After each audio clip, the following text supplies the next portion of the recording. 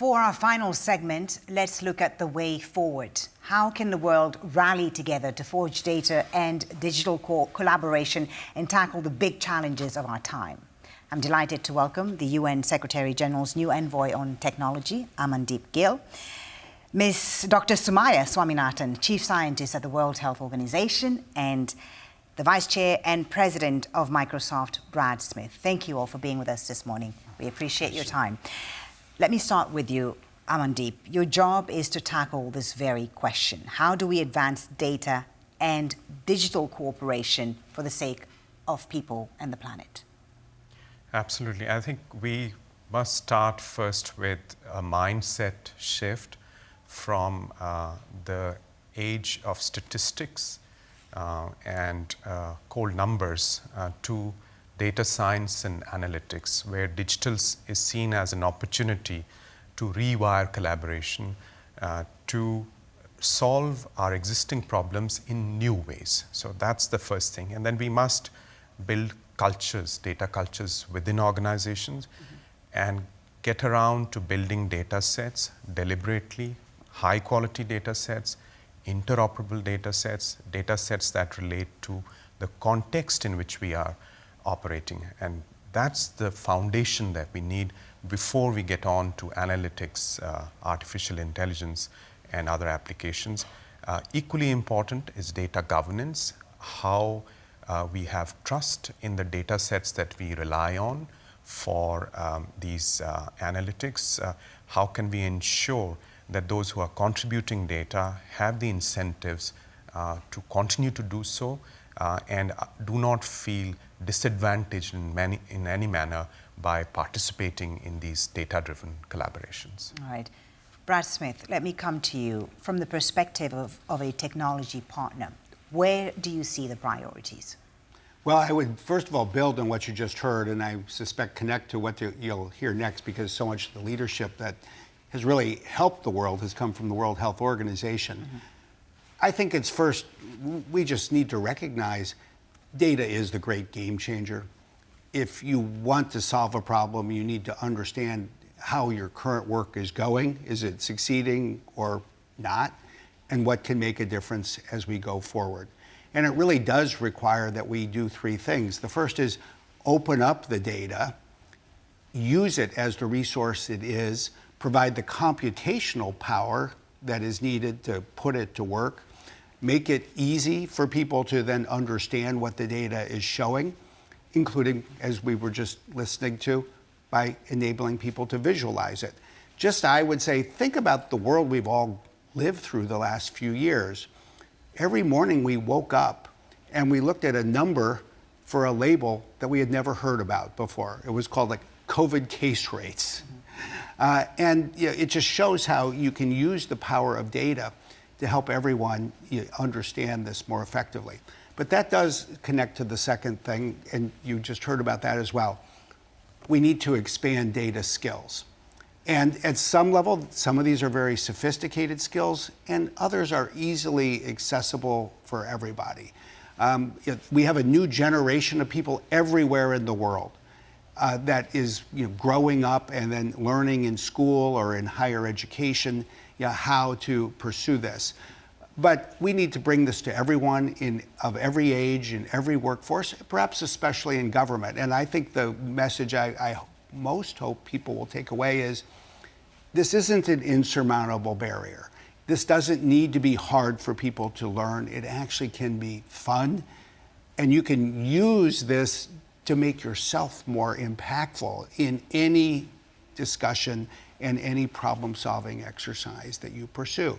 And then finally, it does go to governance, to regulation. People will have confidence in data only if we have the right regulatory structure to open it up, to protect people's personal privacy, and to ensure that accurate data is being used and reported. So data is a new game changer. It needs regulation, however. Dr. Soumya, let me come to you. As Chief Scientist of the World Health Organization, you had to tackle, of course, the unprecedented global crises of COVID-19 and Ebola, for which we were not prepared for. The world was not prepared for these crises, especially COVID-19. How do Amandeep's and Brad's perspectives on the potential of data resonate with you? So I think they've both touched on the very critical and important elements. One of the things we saw during COVID was how we struggled to collect just the basic data. And we realized that many, many countries around the world don't even have data on the births and deaths of their own citizens. So even very basic things, let alone what are people dying of. And unless you understand what people in your country, what diseases they're suffering from and what they're dying from, it's very difficult to direct the funding and the policies to address those issues. It also, I think, is very important. One of the previous speakers mentioned that we need to connect the different data systems that we have. We have sometimes quite a lot of data, but it's sitting in silos. And I would say we need to do better within the UN as well.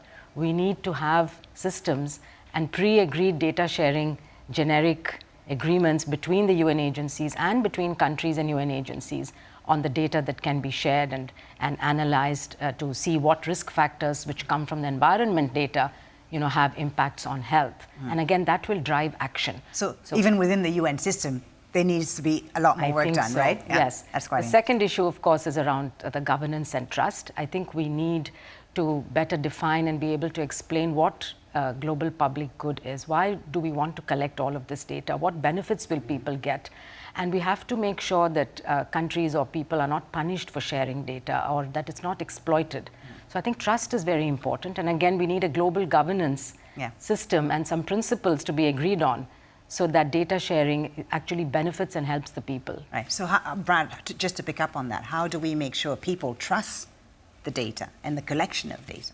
Well, I think it goes back to the two things I was mentioning before. One is giving people confidence that the protection of their privacy will be ensured.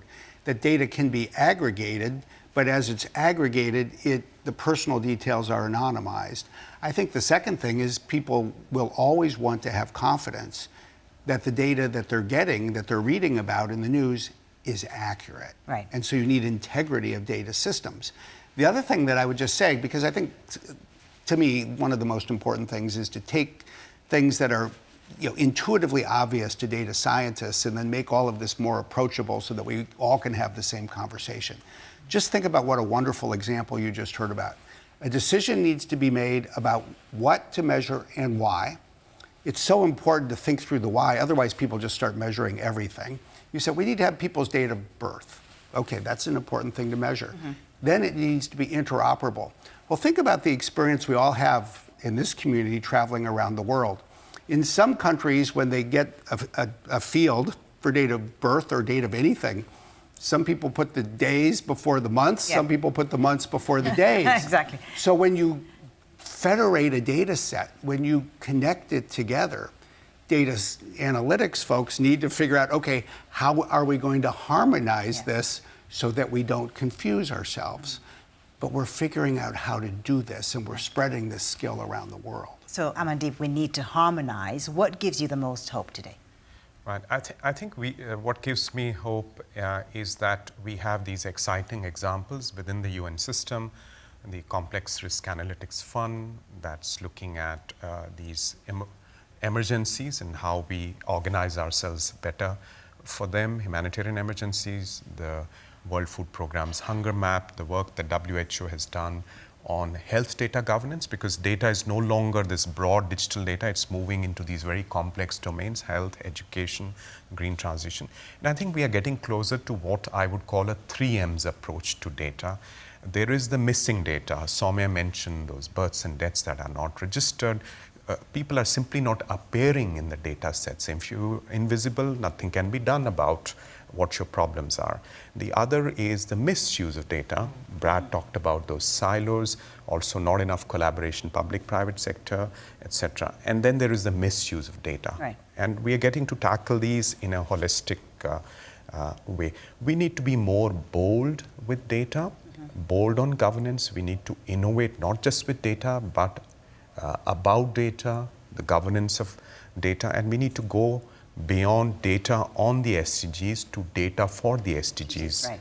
Dr. Soumya, your final thought. What gives you the most hope today?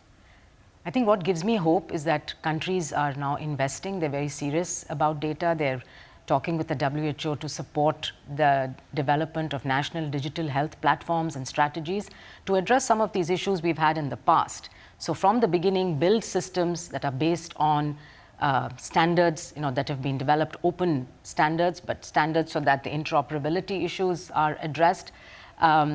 Transparency, good governance at the national level, telling people why they're collecting some forms of data.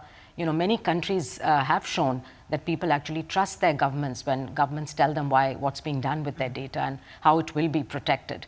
And then, of course, using the data for action. Right. Because data is only as useful. So I think the WHO's Global Digital Health Strategy, as well as the work that we're doing on collecting all of the data in our data lake, work with Microsoft, being able to analyze it better and visualize it better. But I think, again, I go back, it has to start from the countries, it has to start from the bottom up. That's the only way that we can build a good global data system. Amandeep, I'll give you the last word. You said you're optimistic. So what are the next steps now? How do we shift the needle, scale up data investment, and bring positive change to where it's needed the most? What I'd like to see over the next couple of years, and there are opportunities with the Global Digital Compact, the G20 Presidency of India, and so on, is a move towards data commons where we focus on 3-4 areas of the SDGs, health, the green transition, agriculture and food security, and create massive data collaborations where we pool data sets together, create gold standard data sets, create the human capacity around them, create the common benchmarks and standards so that researchers and innovators can start working with those data sets to accelerate progress on the SDGs. We need a million-strong army of SDG innovators, and this could be the way to catalyze the development of such an army. Thank you very much, Amandeep Gill. Thank you, Dr. Soumya and Brad Smith. Thank you all very much for sharing your insights with us this morning. And to all of our speakers, of course, thank you as well. It is clear that smarter data investment is essential for accelerating solutions that impact billions of lives. We know the path forward, and this is an historic moment to seize on the progress made and amplify proven efforts. We urge you to join the Data with Purpose campaign to help people and planet break through to a better, greener, and safer future, and to rescue the Sustainable Development Goals and get back on track by 2030. Thank you very much for watching.